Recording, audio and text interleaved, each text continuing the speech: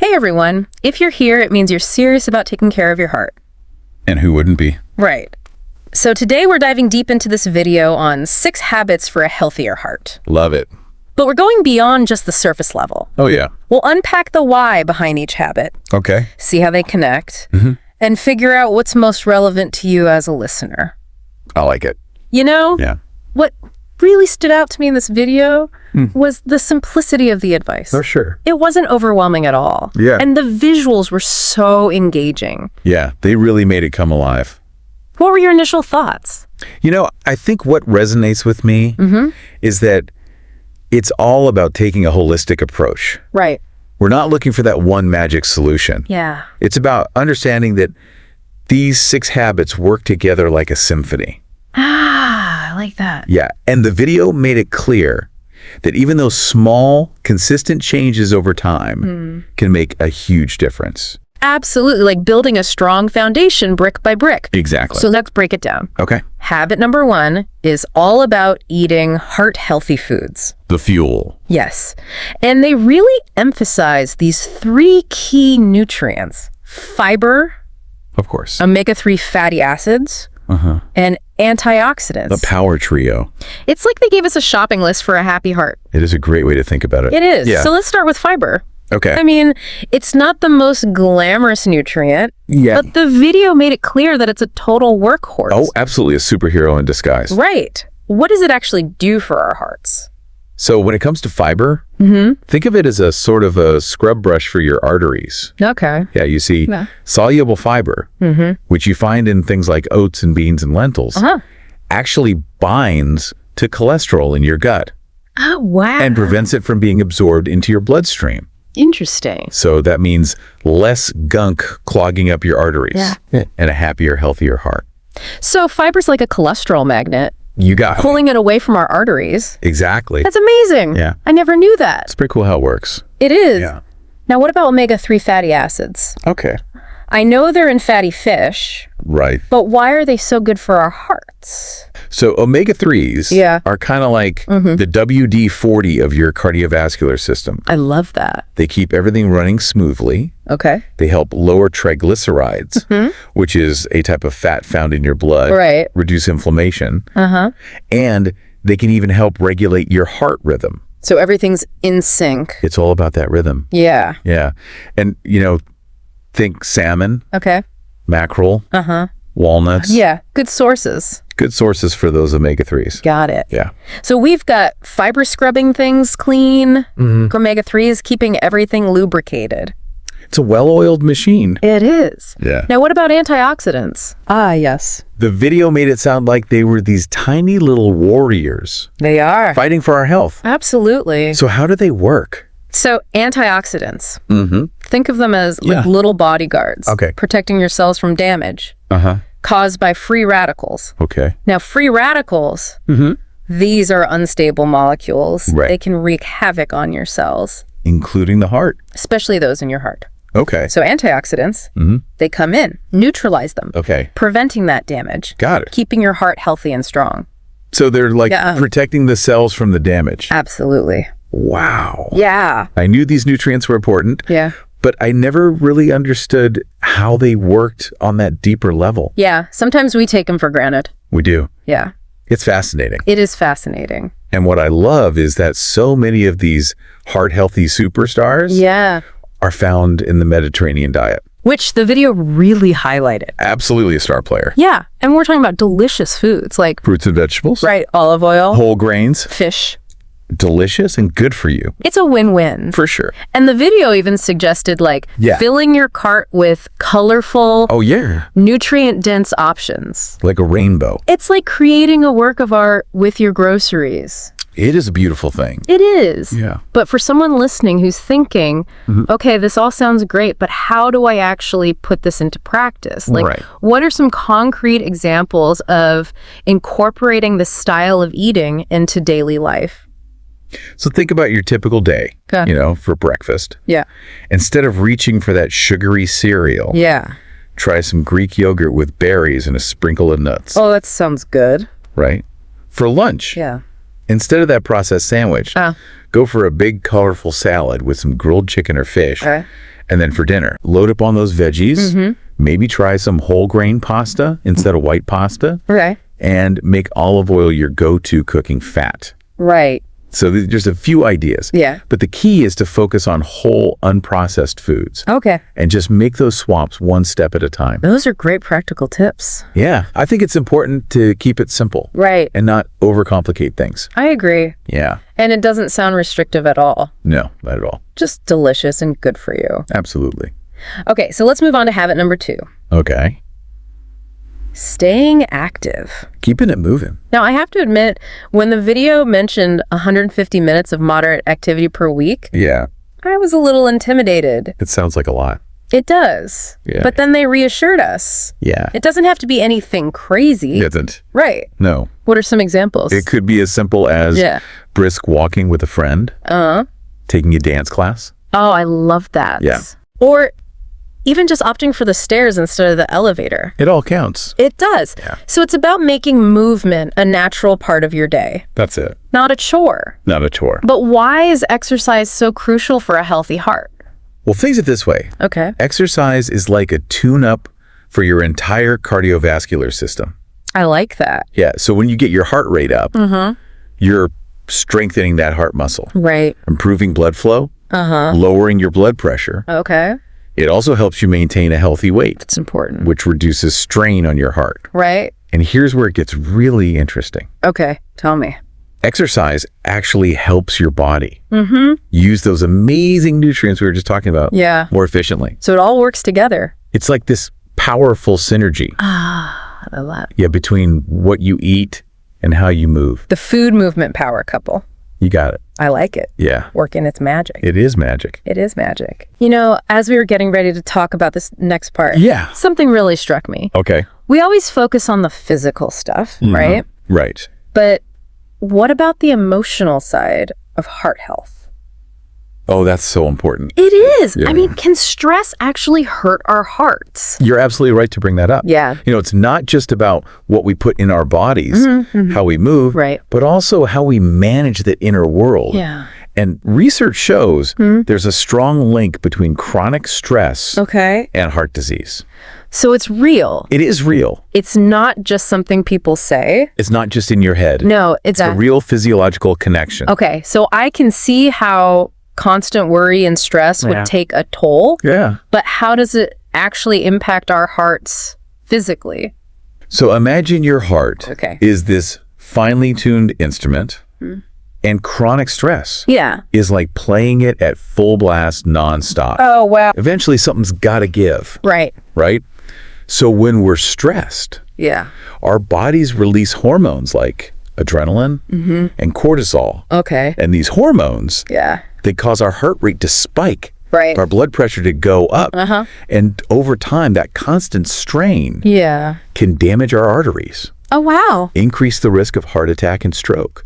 It's like slowly wearing down the engine of a car. Exactly. Wow. That's a powerful analogy. It is. It really is. Yeah. So it sounds like we need a heart-healthy toolbox. You do? Not just for our physical habits, but for our emotional well-being too. Absolutely. So what kind of tools can we use Yeah. to manage that stress and protect our hearts? Well, the first step Okay. is becoming aware of how stress shows up in our lives. Oh, that's interesting. Right. Like, are your shoulders constantly tense? Yeah. Do you find yourself clenching your jaw? I do that all the time. Yeah. And once you recognize those physical signs, Then you can start to explore different techniques to dial it down. okay, so recognize it. Recognize it first. And then what? Yeah, and then you can Yeah. start exploring those techniques. So the video mentioned Yeah. mindfulness, yoga, deep breathing as potential stress relievers. Great tools. They are. Yeah. I've tried meditation before, but Yeah. I always feel like I'm doing it wrong. You know what? Yeah. Mindfulness doesn't have to be complicated. Okay. It really doesn't. Good. It's simply about paying attention to the present moment Okay. without judgment. Okay. So it could be as easy as taking a few deep breaths, noticing the sensations of your breath, Right. entering and leaving your body. Okay. Or maybe it's taking a mindful walk, Yeah. paying attention to the sights and sounds around you. I like that. The key is to find what works for you and make it a regular part of your routine. So it's like hitting the pause button on our busy minds, Yes. giving ourselves a mental break. A mental break. But how does mindfulness actually help our hearts?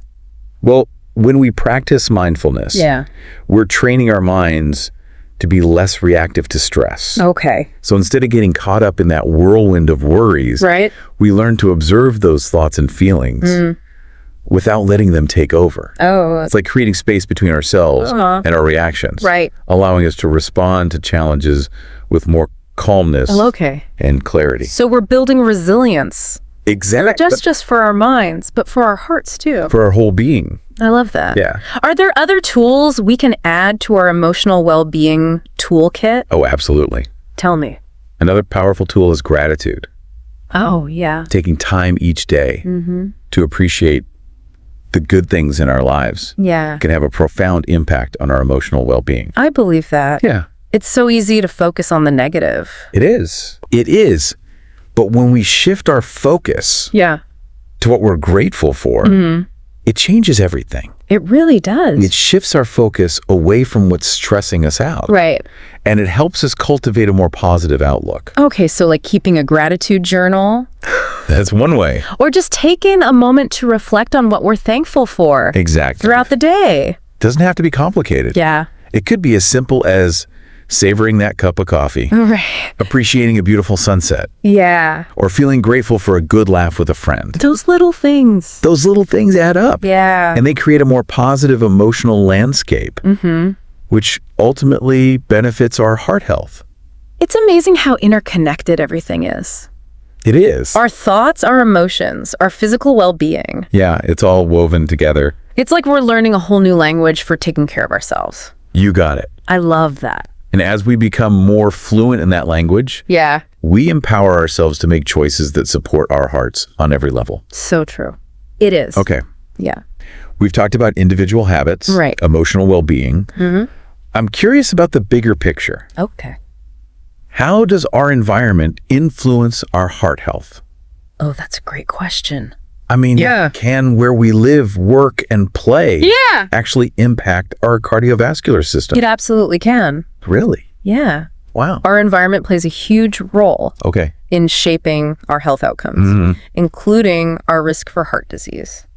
So it's not just about personal choices. It's not just about personal choice. It's bigger than that. It's bigger than that. Wow. Yeah, you think about it. If Yeah. you live in a neighborhood with limited access to fresh food, Right. it's going to be more challenging to maintain a heart-healthy diet. Right. Like it's a built-in disadvantage almost. It is. Yeah. It is. You're setting yourself up for a harder path You are. just based on where you live. Based on where you live. Wow. And that highlights the importance Yeah. of advocating for policies, initiatives Right. that create environments Yeah. that support healthy choices For everyone, for everyone, regardless of their zip code. regardless of their zip code. Absolutely. Yeah, it's about equity It is. and making sure everyone has the opportunity Yeah. to live a healthy life. What are some other environmental factors that people should be aware of?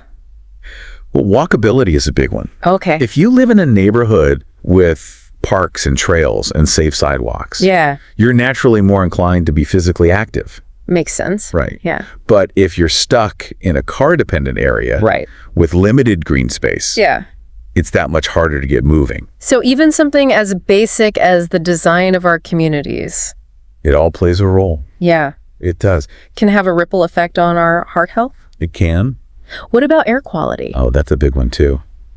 I've heard that pollution can affect our hearts. It's true. Really? Yeah. Exposure to air pollution, Okay. especially fine particulate matter Okay. from car exhaust and industrial emissions, has been linked to an increased risk of heart attack and stroke. Wow.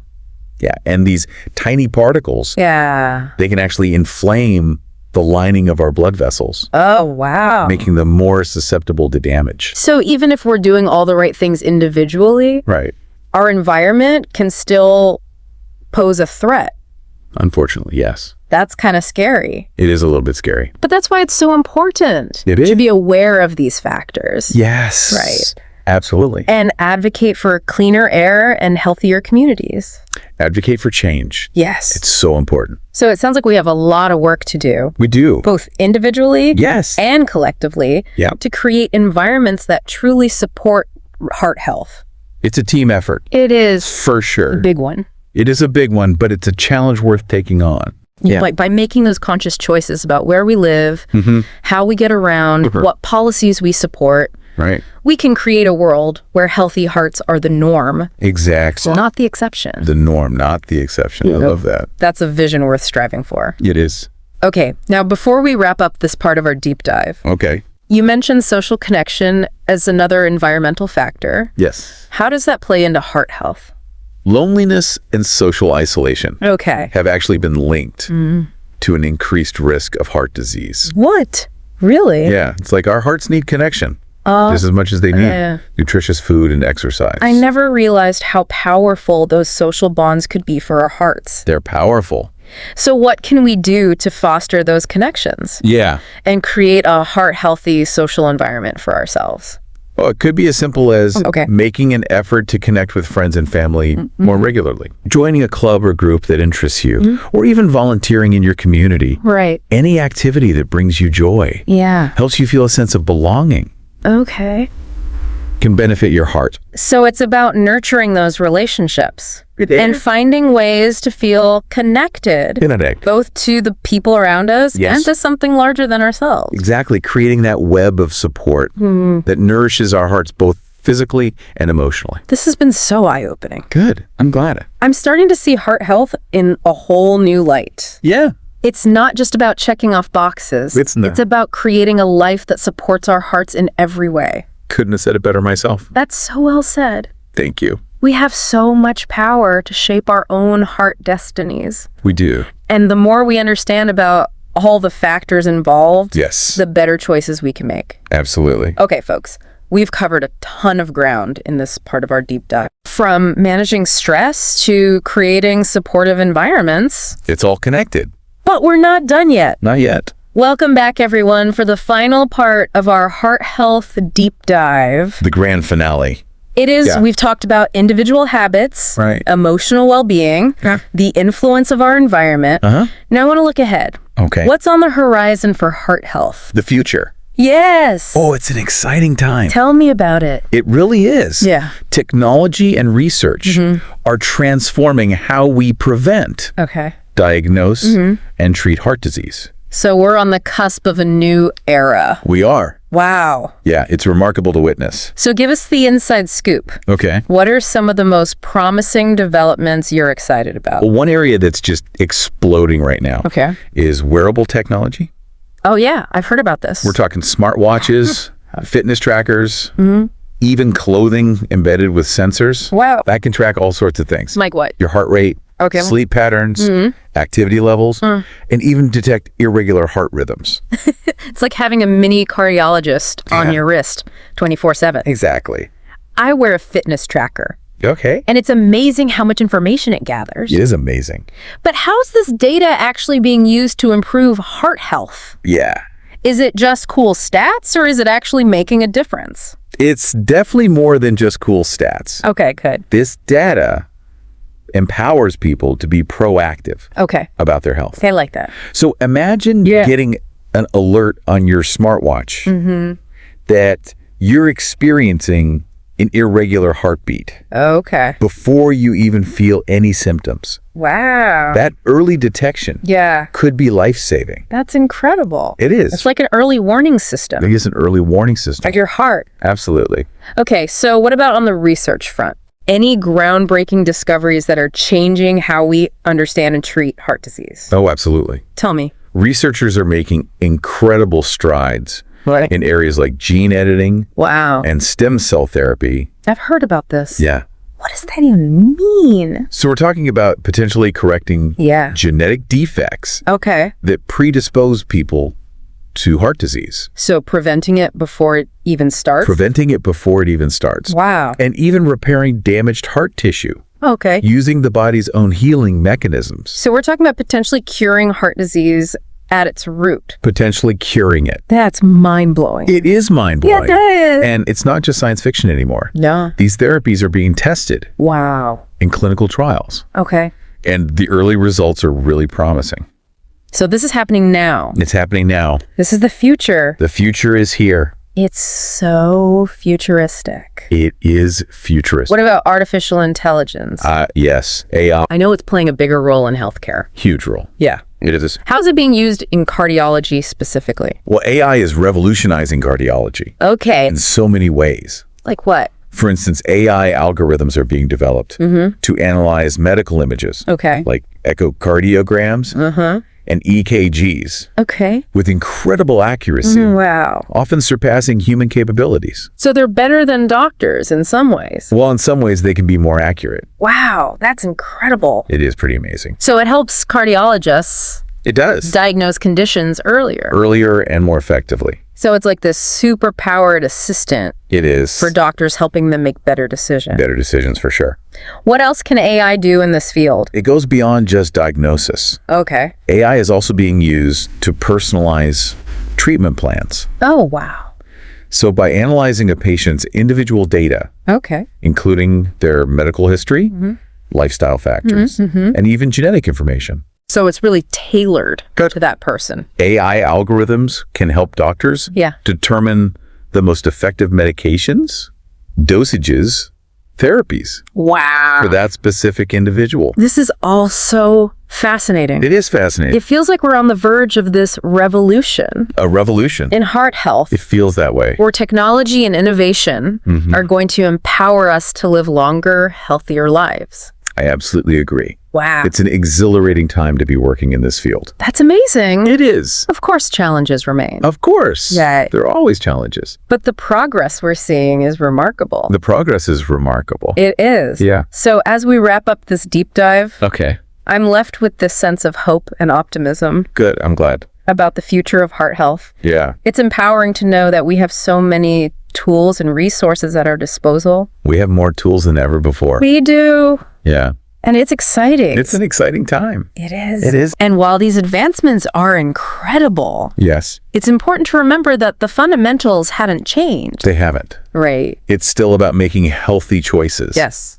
Nurturing our well-being. Creating supportive environments. Absolutely. Those foundations are still so important. Couldn't agree more. Yeah. So folks, there you have it. That's it. Our deep dive into heart health. Heart health. From the basics to the cutting edge. Front to back. We hope you're feeling informed, inspired, Inspired for sure. and empowered to take charge of your own heart health journey. Take charge of your health. Yes, thanks for joining us. Thank you for having me. It's been a pleasure. Likewise. Until next time, Until next time. keep those hearts happy and healthy. Happy and healthy.